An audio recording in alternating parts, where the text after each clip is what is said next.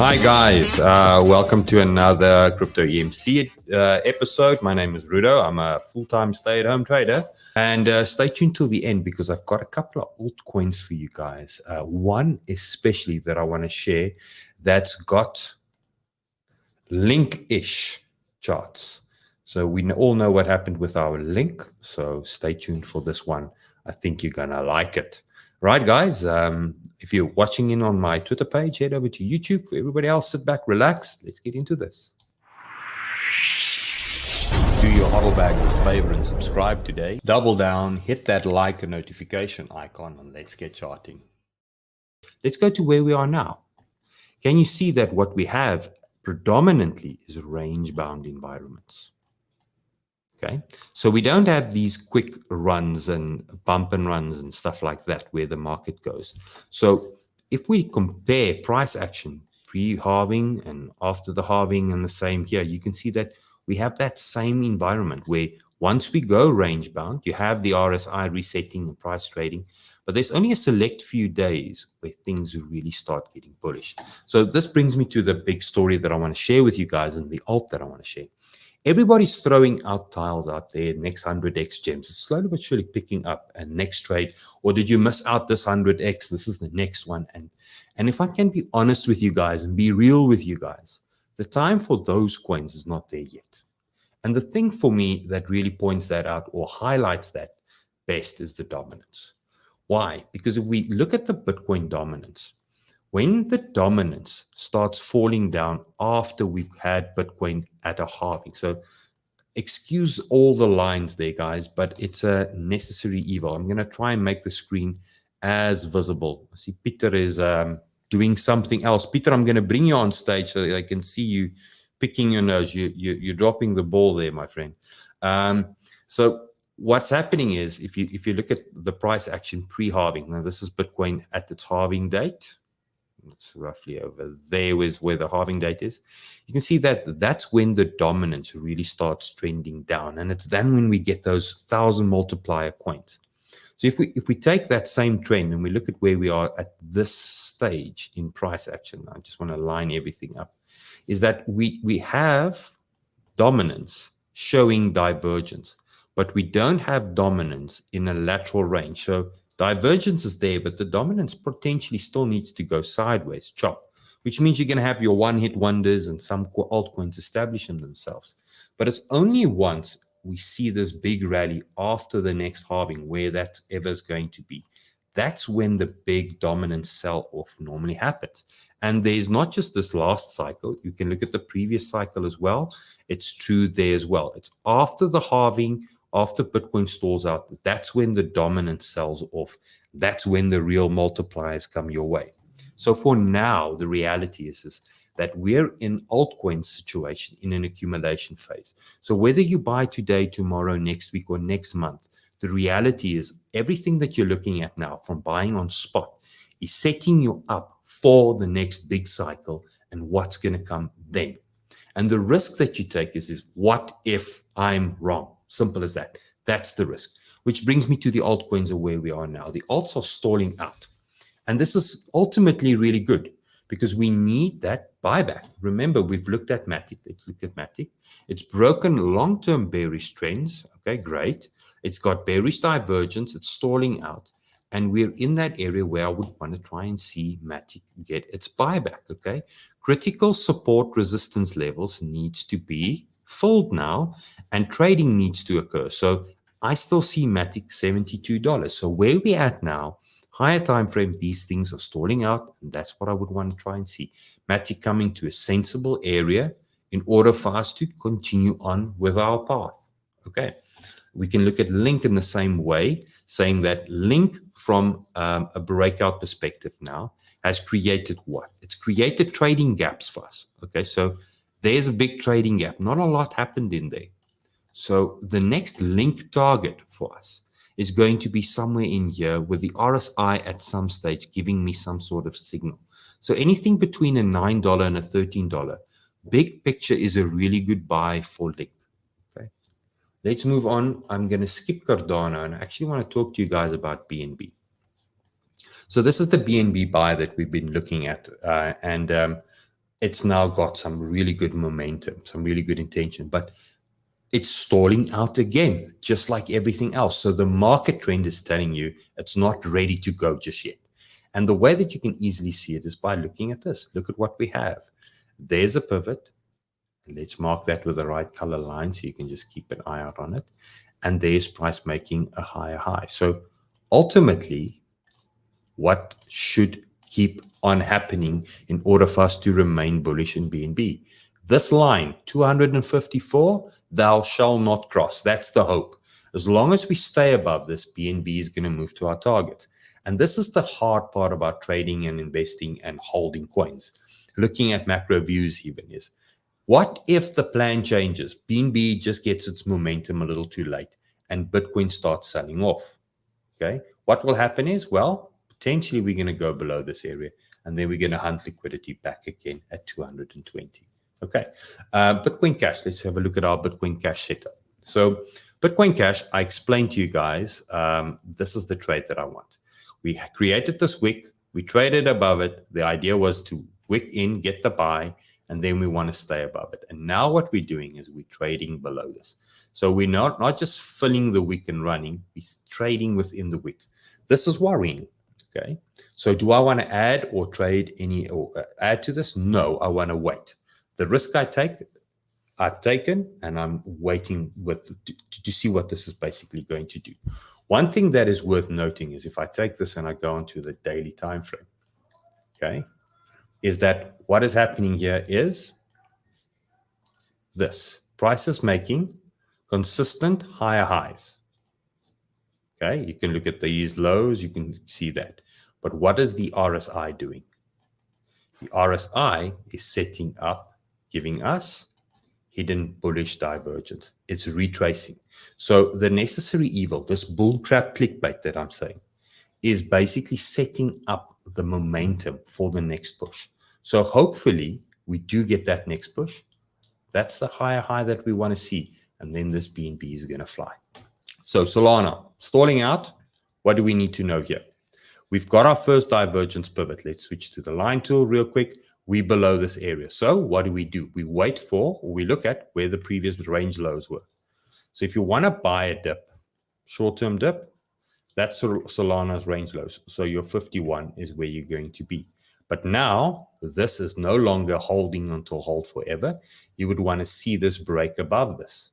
Otherwise, this hidden bullish divergence that you're hoping on is going to get deleted. And if that happens, Solana is going to go back to your $30. So if you're in Solana and you're celebrating because you've made some good gains, you need to start thinking about taking some risk. Okay? Risk of giving it back. How do you remediate that? Take some profit and wait for the next low to buy. This part went really quick, guys. Really, really, really quick. So it was fair to assume that should we break this, this is where we're going to want to trend again. Okay. Now let's quickly have a look at SUI. Now, I like this one for the following reasons, guys. It's not had a bull cycle just yet. So if there's going to be something that's going to make you a lot of multipliers, SUI is going back in time and buying Solana. Let's go there. Is buying Solana there. That's SUI. SUI is basically here. You can look at this whole cycle here, and SUI is experiencing this. What is this coin? What is it going to do? Whether it's going to work? But SUI is big, guys. $500 million in initial launch funds. I mean, it's sponsoring Formula One teams already, and it's not even gone through a bull cycle. SUI is a giant. It's a giant on insane discount at the moment. So I'll look at SUI and I say to you guys, if you look at this, this is what SUI is at. And looking at where it's at now, what are we doing? Let's flip to the line tool, okay? Prices, higher highs. We've deleted all our hidden bearish divergence on the previous pivots. So what am I saying? Range lows, SUI, 50 cents, great deal. This is now simplest technical analysis you can ever do, because when we break a range, when we lose a range, what do we do? For the trend to continue, you will go and test that. Break a range for the trend to continue, you will go and test it. So anything between that, that's your buy. That's your SUI. And then you sit on that for the next bull cycle. Simple as that. It's these uncelebrated moments when they go there that people will look back on, like they do with Solana today, and say, shit, I should have bought Solana at $2. Okay?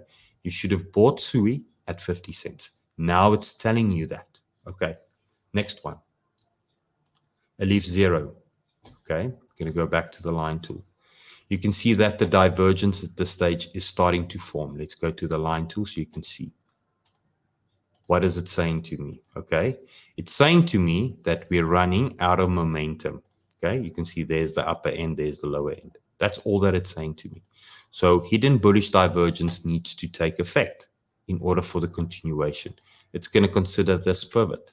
So if price then falls below this point at $1.34 leaf zero, this is your hunting ground, and that's the most probable next buy area. Now, again, this one, guys, I'm saying this again, you need to think about this big picture. This thing has not experienced the bull cycle just yet. It has not had a hyper evaluation of it. So it's so early, it's the same as Solana and Cardano at a few cents. That's what these things are. Okay, and they're really strong projects. Now I want to show you the last one before we leave. And it's this one, Comp.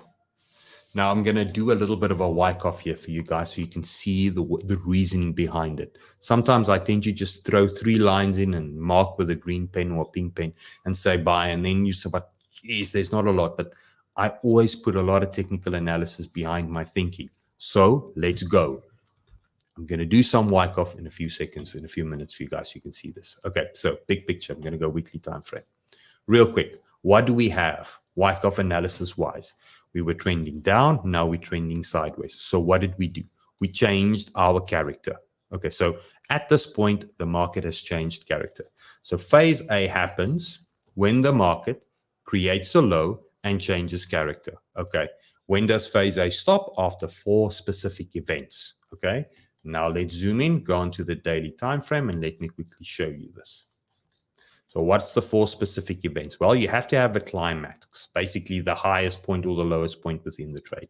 And then what you will have is you will have an automatic reaction. That's price jumping in the opposite direction purely because there's no more selling pressure. And that gets created and gets named, and it's called the creek. That's where the supply liquidity that needs to get broken eventually sits, the last little bit of seller pressure. After that happens, you'll have a secondary test and then an upthrust action that locks in the supply zone. In this instance, it looks something like that. That's your supply zone. All right. Secondary test, upthrust action. Now that that's done, your phase A has been completed and phase B starts. And this is where the real accumulation only happens. That means price needs to go and retest the critical areas where the climax was or the bottom is. And that's called the ice. Now, the problem is, if price falls below that area again, things can get hairy really fast. So you don't want to fall through the ice. That's why these lines are so important.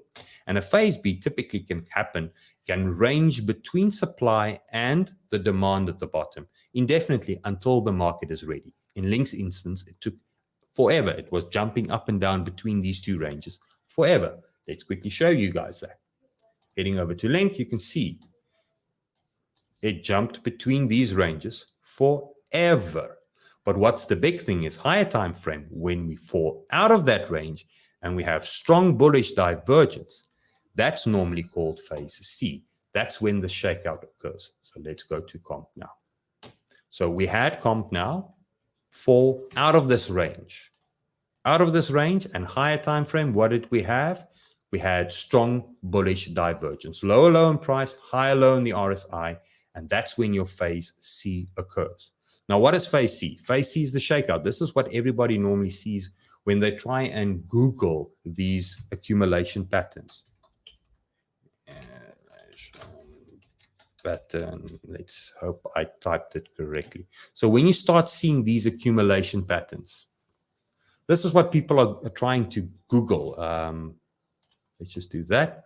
So they're trying to go. They're waiting for the spring, or this is the most popular image, where they try and look at these schematics to try and find these lower areas. Okay, that's basically what they're trying to do, and then they want to match price to these specific patterns, thinking that they're going to play out just like that. So let's move back to this. So there's the shakeout. So this means what now needs to happen. Phase C is starting. So we have our strong bullish divergence. Phase C is the shakeout. Now, normally what happens in the shakeout is price needs to reclaim that level really quickly. So if I go to the weekly time frame, you'll see that price reclaimed that really quickly. And that then brings us into phase D. This is when phase D starts. Phase D is a very important phase. And this is when the buying starts happening. Okay, so we bought there. That's the first buying point using Wyckoff. Wyckoff, large time accumulation, buying the dip, okay? Then you have the second phase, or the phase D, and that's what is called trend within range. So let's just mark that with a trend line, simple trend within range. And when you have trend within range, what needs to happen is price needs to reclaim the midpoint.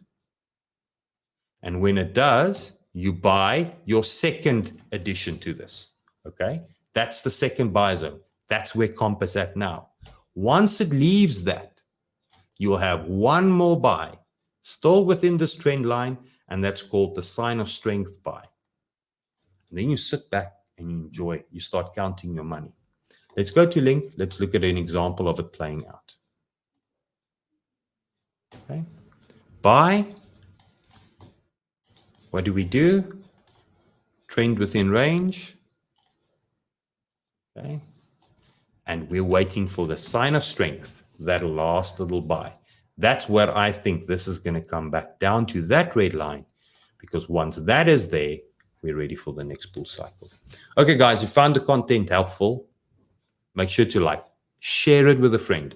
Let's see if we can have more people live come Thursday than we have today. It's all in your hands. You're going to let me know whether the content is useful. And one last thing, make sure to go and watch the video description. Link to our Discord is there. Come and join us. Come trade with us, trade leverage with us. Come be part of our crypto community. At this stage, it is kind of quiet, I have to say, but ultimately, bull market is still on its way. Thanks so much for taking the time watching the video feed with me. I think I've said everything that I wanted to say. I see there was questions about additional coins. What I'm going to do, guys, and this is a precursor to something coming in for the rest of the week, I'm going to create a group where we can have this, all these coins charted and nicely, neatly laid out. I'll send the details through to you guys as soon as I have them all sorted out. Okay, see, there's one more question. Okay, if shit hits the fan, would such coins break trend? What would that mean for phase D? Well, that's a really good question. Let's go back to this. If shit hits the fan, so let's get to comp. I need to get the right. There we go. So what happens if shit hits the fan? Let's look at a version of a shit that hit the fan. XRP is potentially the best one. Okay.